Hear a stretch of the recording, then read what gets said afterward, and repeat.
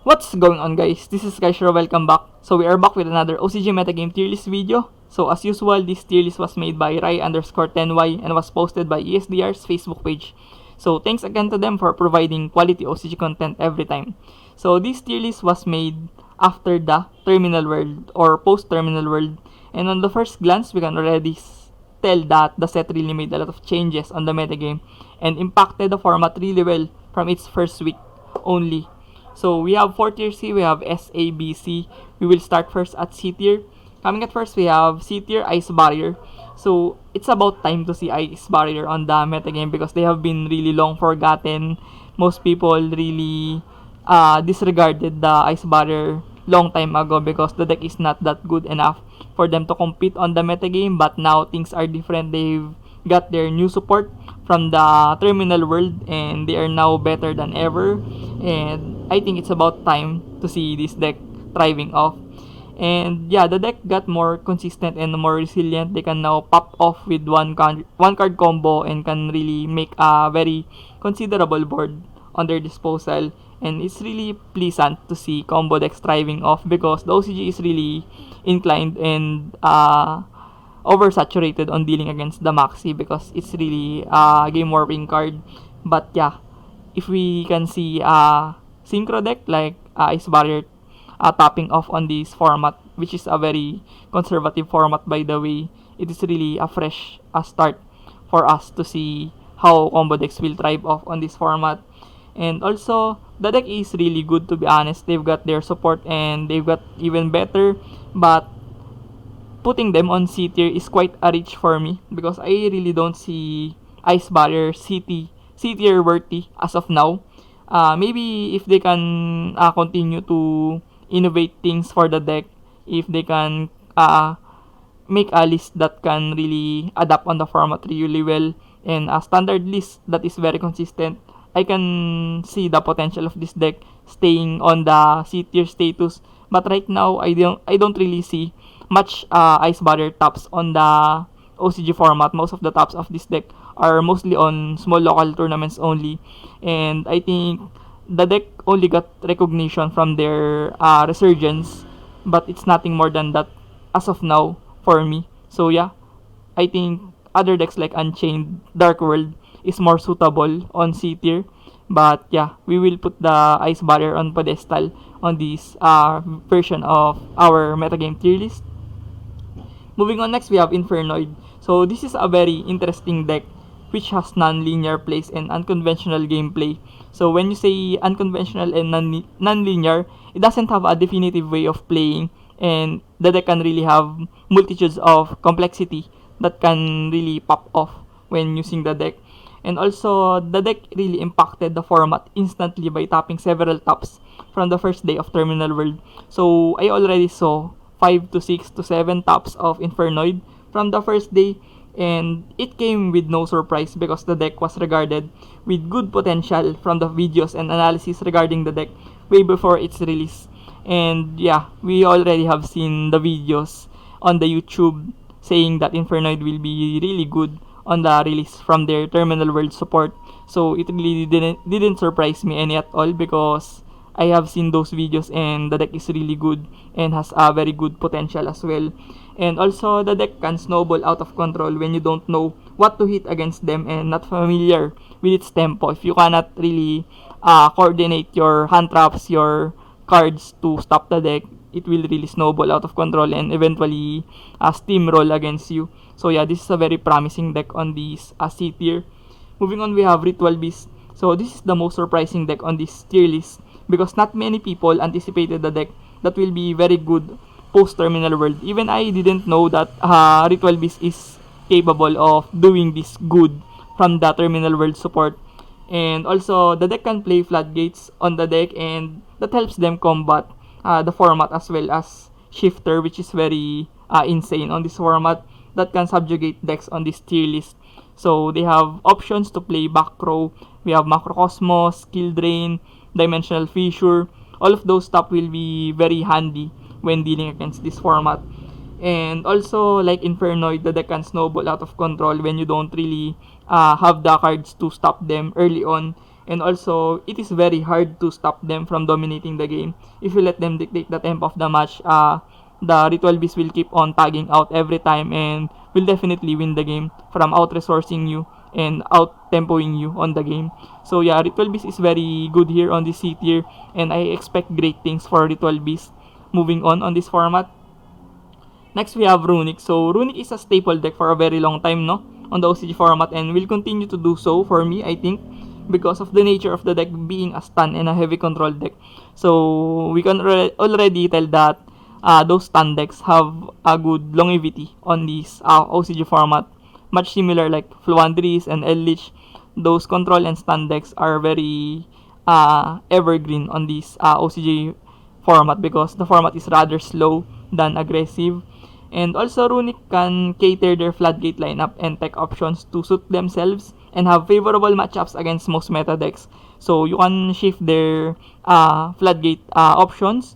Now they are playing less goes and match, but before they are playing with more goes and match because they adapted to the format. They have been ditching that goes and match because there's a lot of fire decks on the format.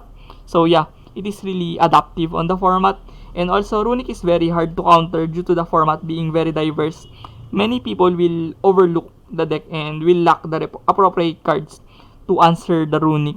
So, if players are fixated on dealing against the Fire Kings, the Rescue Ace, the Purelies, and the Snake Eyes, they will be left with no resource to answer the Runic stun game on this Runic deck. So, yeah, it's really hard to answer the Runic on that regard.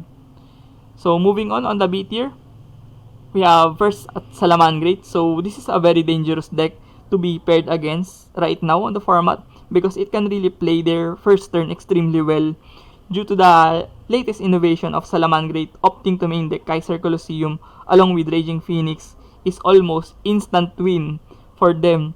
Imagine that Kaiser Colosseum with Raging Phoenix on their board. There's nothing much that you can do to out that, to be honest. So yeah, it's really hard when they can go first and set up that. And it's the latest trend of Salamangreat main decking the Kaiser Colosseum. It is very pivotal for them, especially if they go first. And also, we cannot underestimate the side decking capabilities and potential of the deck, as the deck is spacious enough to slot in hard counters against your deck and can also play floodgates like Rivalry and Skill Drain to stun the opponent.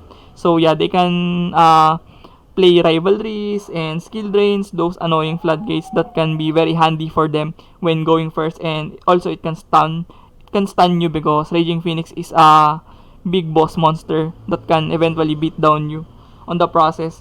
And also the deck can instantly OTK on the following turn if you cannot break their setup early on.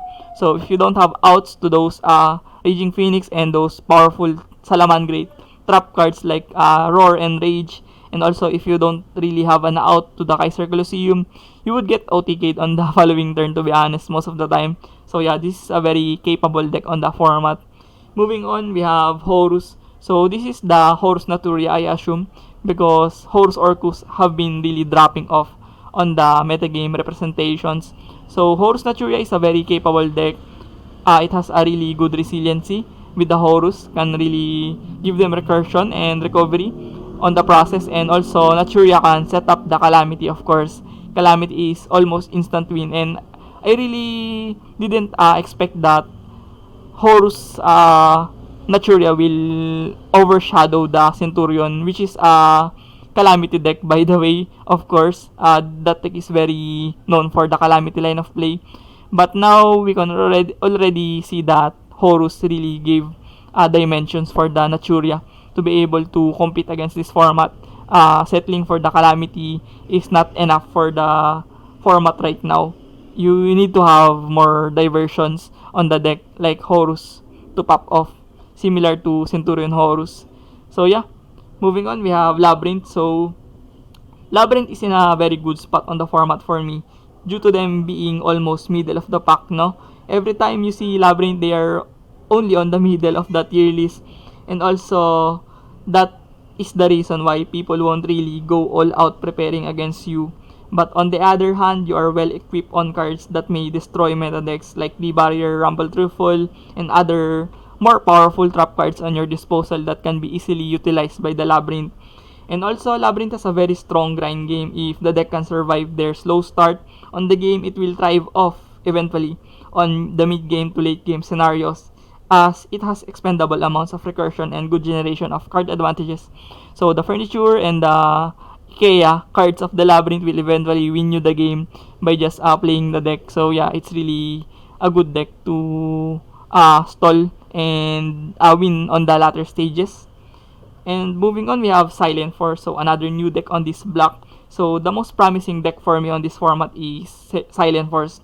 It is really relatively new on the format, so it is not likely to be hit by the ban list very soon, and has steady growth progress on being one of the top contender decks on the format. So December is around the corner. We will eventually get a ban list, but Silent Force would be not included on that because Phantom Nightmare is very new on the format, and yeah, Konami won't do such thing to harm the Phantom Nightmare.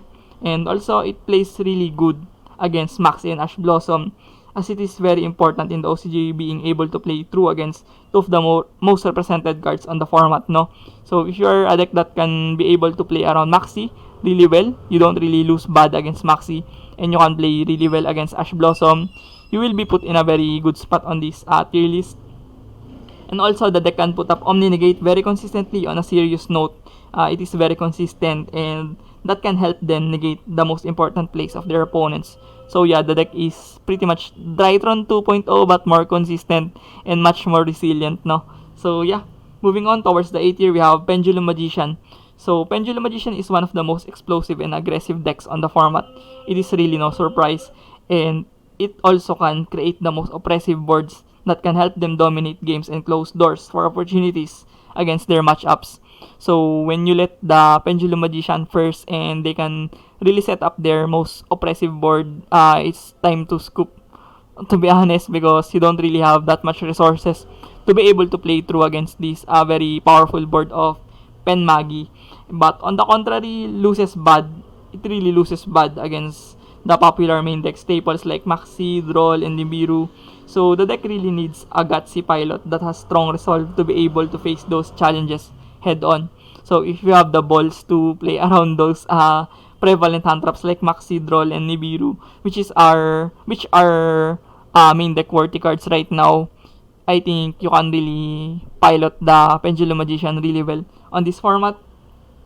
Moving on, we have Purely. So Purely maintains their stronghold as tier 1 status deck due to their phenomenal turn 1 play, setting up a formidable tower like Nor. So a tower like Nor is no easy fit to deal against on the format.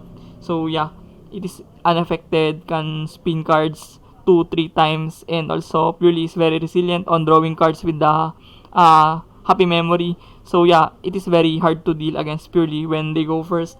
And also, Purely can never be doubted because this is one of the most successful decks recently, as it won big events already on the OCG format. It is a deck that won the Japanese tournaments and Japanese championship tournaments and the Duelist Cup main event. And also, that's the reason also that people should stay away from playing Purely, because the deck will eventually get a banlist hit, and has a huge banlist target on its back coming this December, because it is very relevant and very timely for quite some time already. So I think Konami will address Purely eventually. Moving on, we have Snake Eyes Sinful Spoils. So the deck relies on their very consistent 1 to 2 card combos that can set up a handful of negates for them without losing too much resources. So 1 card 2 card combo that can be able to pop off and create a very powerful board. And also the synergy between the two engines. These two engines of Sinful Spoils and Snake Eyes makes them very formidable as it complements each other very efficiently. And also, the deck will be a force to reckon with and will play a crucial role on how people will prepare their deck options, if they're going to respect this deck by putting droplets and Dark Ruler no more, or proceed with the usual hand trap options on the format like Wailer and Imperm. So yeah, it's really up in the air whether people will prepare against this deck, their options on the deck, if they will revolve around beating this deck or not. It remains to be seen. Moving on, we have Parking, Sinful Spoil, Snake Eyes. So the deck is arguably very close to Rescue Ace, no, as it is one of the most successful decks, recently winning multiple Campus League tournaments and major events on the OCG within this month. So recently, the OCG Campus League tournament in the Philippines, in our country, was won by Martin Owen Caleja using his parking deck, and also the Campus League tournament on Indonesia, if I'm correct, it is also won by Parking, and also China mainland tournaments are also won by Fire King as well. So the deck really got big tops on big tournaments as well on the OCG format. And also Fire King can be very devastating to face against once you have no answers to tone down the tempo of the deck, because it has multitude of interruptions that contains distractions, negations, and many intangible plays.